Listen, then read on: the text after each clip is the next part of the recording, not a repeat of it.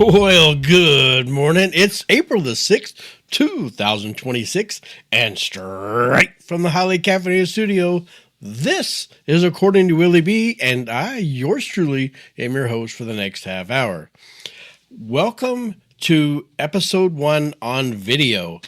This is the very first episode that we're doing both audio and video simultaneously. And because we've had a lot of requests for it, and they say that is the future of podcasts. So I don't know. I just try to play by the rules sometimes. So there is that. So this is the very first episode that's coming out on video and audio. So if you catch your audio podcast, wherever you catch your favorite podcast, it's still there. It hasn't changed. But now, if you want the video podcast to see yours truly, it is on our YouTube channel and on the Spotify. So there you go. Without further ado, let's get into it because I got something that's just burning a hole in my mind today. And that is because it's almost time for family travel for the summer. And it's like, where do you go? Now, some of you may already have your summer travel booked. You already know where you're going, how you're getting there, yada, yada, yada. But for some, they may not have figured it out yet. And that's okay, because that's what this episode is going to be about. I want to do a 4-part series where we divide the country into 4 parts. And we're going to start, don't throw things at me, we're going to start with the Northeast. Why? Why am I starting with the Northeast? Yes, I know I'm from Texas and I should be starting with the South first, and we're going to get to that next week. The thing about the Northeast is that it offers the whole package, if you will. You remember last week when we talked about packing lists, that when you find a packing list that's made by the internet or some other whatever entity, that's not made for your trip. Just like if you see things on TikTok, Instagram, Facebook, whatever, that promises to be the perfect trip, it may be, but is it perfect for your family? Because the typical family of 4, everybody's going to have different likes and dislikes, and you want to make sure when you plan the trip for your family that it checks all the boxes for your family. I got a good lesson out of this that I want to share with you, because the other day when I started thinking about doing this episode, I said, I wonder where the internet says the top 10 destinations. So I thought, well, I'm going to go a little smaller.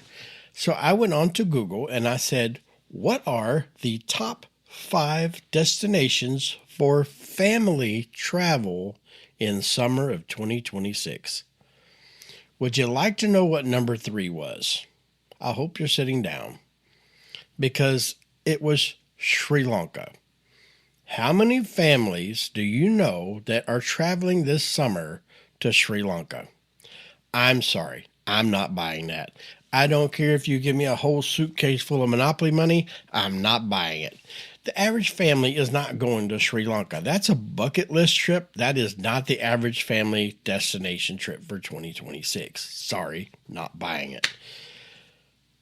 But again, it's like that packing list. You want to take a couple of pair of boat shoes? Fine, you follow the packing list. Or you could make your own list that checks off all the boxes for you and your family. So let's talk about why the Northeast. So let's say that there are people in your family that like the nightlife, that like the big city vibe, okay? So if we go to the Northeast, what are we talking? We're talking New York.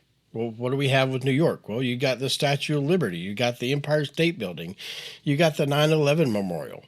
You've got so many things there just besides the busy city. You got 8 million people going in 16 million different ways at 100 miles an hour.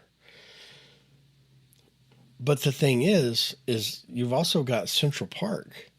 You've also got the Statue of Liberty out going to Staten Island. And until you've stood at the foot of that, the base of that statue, and looked up, you've not experienced it. And that's what travel is about. It's about the experience. It's about the journey. Well, let me tell you, standing at the base of Statue of Liberty is a whole different experience than you could get off of the internet or TV or whatever.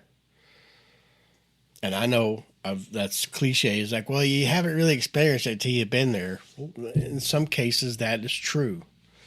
So there's that. So what else does it offer? So you got the big city vibe. If until you've stood, here's another one. Until you've stood in Times Square at night, which incidentally looks like daytime because there's so many lights. It's incredible. The energy, the vibe. And when you talk about food, it's on an elite level because they have so many restaurants that are true dining experiences. Yes, dining experiences, not just a meal. You want a hot dog from a street cart? Sure, go for it. That's the New York thing to do. But dining experiences. You want to go to Staten Island, go to Inoteca Maria's that was in the movie Nanas? The Sunday gravy that they make, I could bathe in that stuff. It's that good. Okay, so maybe you've been to New York, or maybe that's like, I'm not going to New York. Give me another one. Okay, Boston. Boston is very historical, and it is the most walkable city in the U.S. So there's that.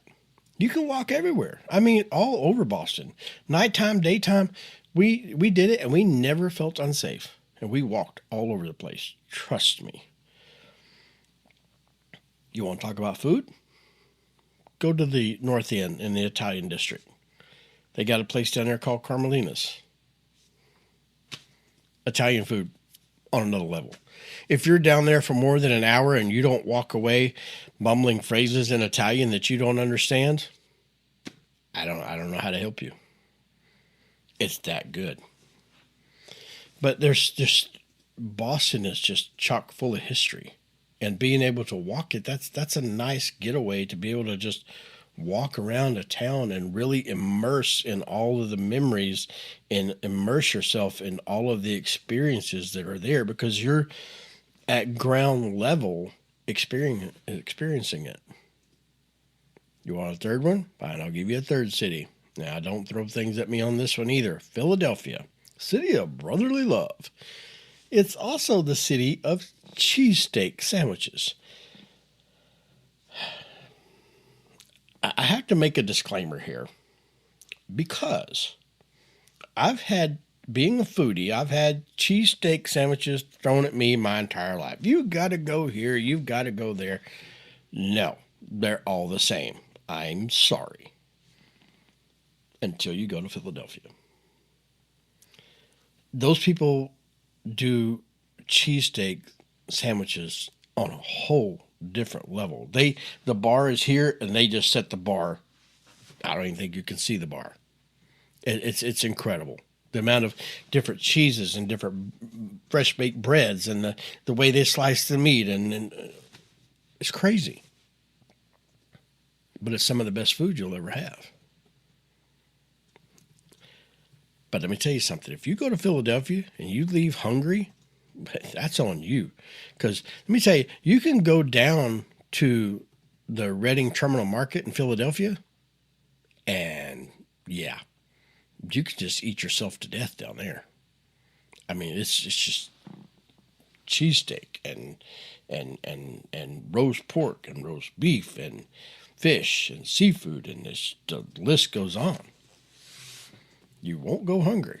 And if you do, it's your own fault.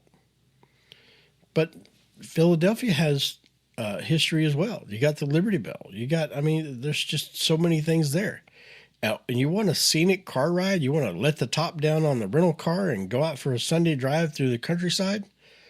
There's no more beautiful state to do that than in Philadelphia. You go through those rolling hills and the farms and the different scenic places out there, little towns, is just absolutely incredible. So it offers both. All three of those cities offer the hectic vibe, nightlife, craziness, but then also offer some serenity as well during the day. You just got to go find it. But let's say, okay, well, maybe you hit 1, 2, or 3 or all those cities. But you have 7 days and you want some time away from the hustle bustle. Okay, so you're in the Northeast. The Northeast defines what summertime really is. What do I mean by that? Well, let's think about it. Picture coastal town, docks out on the water, all the fishing boats, lobster like it was created on a whole different level. I've had lobster all over the United States and outside. You've not had lobster until you've had lobster from Maine, in Maine. Whole different animal altogether. It is just unreal. The tenderness, the sweetness, those lobster rolls. Imagine getting up in the morning, you're on the coast in Portland, Maine, or Bar Harbor, or any of those areas, and you get up in the morning, you go get you a cup of coffee and a lobster roll, and go sit on the edge of the dock. You might have to fight a seagull or two, but hey, it's worth fighting for. But imagine sitting there, sipping that coffee, watching that sunrise over that water. That's unreal. That's serenity. And then you've got all kind of small towns to shop in, look around, things to explore, lighthouses, talk about history. There's some lighthouses that date way back before my birthday. Really cool. Something worth checking out. But let's say that you've had all that and you need something even more serene. You really want to veg out, to peace of mind. I got you. You travel a couple hours up, a place called Finger Lakes. So you got the lake life, quiet, serene. Now I'm going to put on my Bob Ross shoes because I'm about to paint you a picture in the Finger Lakes region that will make you want to go to the Northeast. It was quiet the night before because there was no sirens blaring up and down the interstate, no loud music, no bright lights. So you had a good night's sleep. And you wake up the next morning without an alarm because your body's rested. So you get up, put on your shoes, you walk out in the morning air, take a stroll, stop by a coffee shop, get you a cup of coffee, get a pastry, pick me one up too, and go sit on the edge of that water, whether it be on the dock, just on the bank or whatever, and look out across that water at sunrise. And you know what's going through your mind at that point? Nothing. Your brain has a chance to take it all in. Your brain has a chance to breathe. All the memories, all the good times that you've had in the hectic city life, hustle bustle, that's still in there. But now your mind has a chance to process all of these highlight reels that you've made over the last few days. Because you've given your mind a chance to breathe, your mind a chance to rest, which is what you need at the end of a vacation. You need that rest. And then when you come back from your vacation, you're like, oh, we had this maximum time. We did this and we did this and we were all over the place. And then we relaxed. I'll tell you another one. When you're on those coastal towns and you go up to see one of those lighthouses and you're standing on the edge of a cliff, not too close, you're standing up on a cliff and you're watching the sunset, looking out over that water.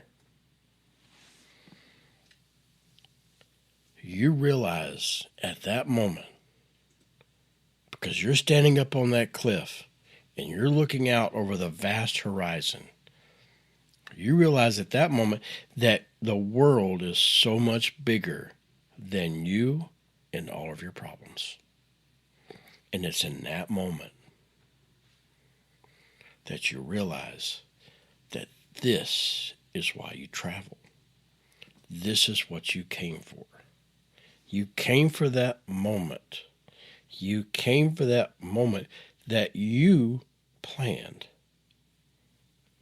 that moment that you're going to take, and you're going to take it all in, the sights, the sounds, the smells, all of that. You're going to take all of that in, and you're going to hold on to it, and you're going to take that back home with you. And that is something that will stay with you as long as your memory will allow it. But like in the Finger Lakes region, you've got things like wineries. You could go tour some vineyards. You could just sit on the edge of a chair and read a book. You got the scenic water. You got the lake life. Same thing in Burlington. You go to Burlington, have the same thing. But there's a lot of areas up in that region that you just take that moment and relax. But this is what I'm talking about when I say that the Northeast allows you to check off all those boxes for everything that your family, that dislikes and the likes. And everybody would find each of those things enjoyable. But now I'm going to be real with you for a minute. All right? You knew I'm not saying there was a caveat, but I need you to hear me. This is my disclaimer, because I don't want nobody coming back throwing things at me and screaming at me. When you decide that the Northeast is for you and your family, timing is everything. You hear me? Timing.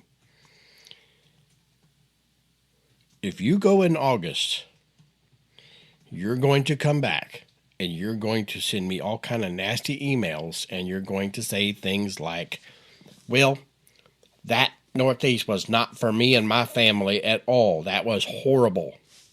Well, let me tell you, if you go in June or even the first couple of weeks of July, a lot less people.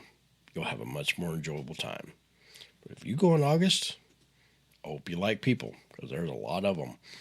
But on the flip side of that, I've noticed here recently there's been a lot of social media uproar over Pigeon Forge, where the lines and the crowds just have been insane. So it's all about timing, and this is what we always stress, is to do your planning and do your research. What are the high times? And nowadays there's so much data out there that you can pull. Hey, what are the busy times for this place? I want to go see this place. What are the busiest times and days for this place? It'll break it down to the day, the time, and everything. So you can plan your time out of the hectic time. Now, if you like people and you like crowds, there you go. You can just scuttle up on there in mid-August and we have fun with that. But the most of us, we're trying to get away from all that. So there's that. But the other part is it's expensive. The Northeast is not cheap. Case in point, if you want to go someplace and really feel like you've walked into somebody else's tax bracket, go to Newport. Yachts, mansions, still a cool coastal town. You remember the old Hallmark movies where you see somebody riding a bicycle down a sidewalk, salty breeze flowing through their hair, pastel-colored houses in a row down the beach, and they're just riding their bicycles, enjoying life. Sunshiny day. That's the Northeast. You get up on the coast, that's what you're going to see. So that part of the Hallmark movie does actually exist. So you can go check that out. And you can go ride a bicycle down the sidewalk if that's what you choose to do. But whatever you choose to do, just make sure that you plan it. And you plan ahead and you plan accordingly so that you know when the best times and the best days are to be there. So to avoid some of the crowds if that's what you choose to do. But whatever the case may be, plan, plan, plan. You know what they say? If you fail to plan, then you plan to fail. Heard that all my life. But when it comes to vacations, as expensive as they are, you got to plan. You got to do your homework. But that's why I'm here, is to help you out, to kind of guide you along. I hope you've enjoyed this first episode on the video. If you were able to join us and watch us on video, I hope you thought this was cool. I've definitely enjoyed it. I can't wait till next week and do it again. But until I see you again next week, I'm going to remind you of one thing. Don't forget to caffeinate and conquer, because it's very important. And I'll see you again right here behind this big old mic next week. Bye-bye.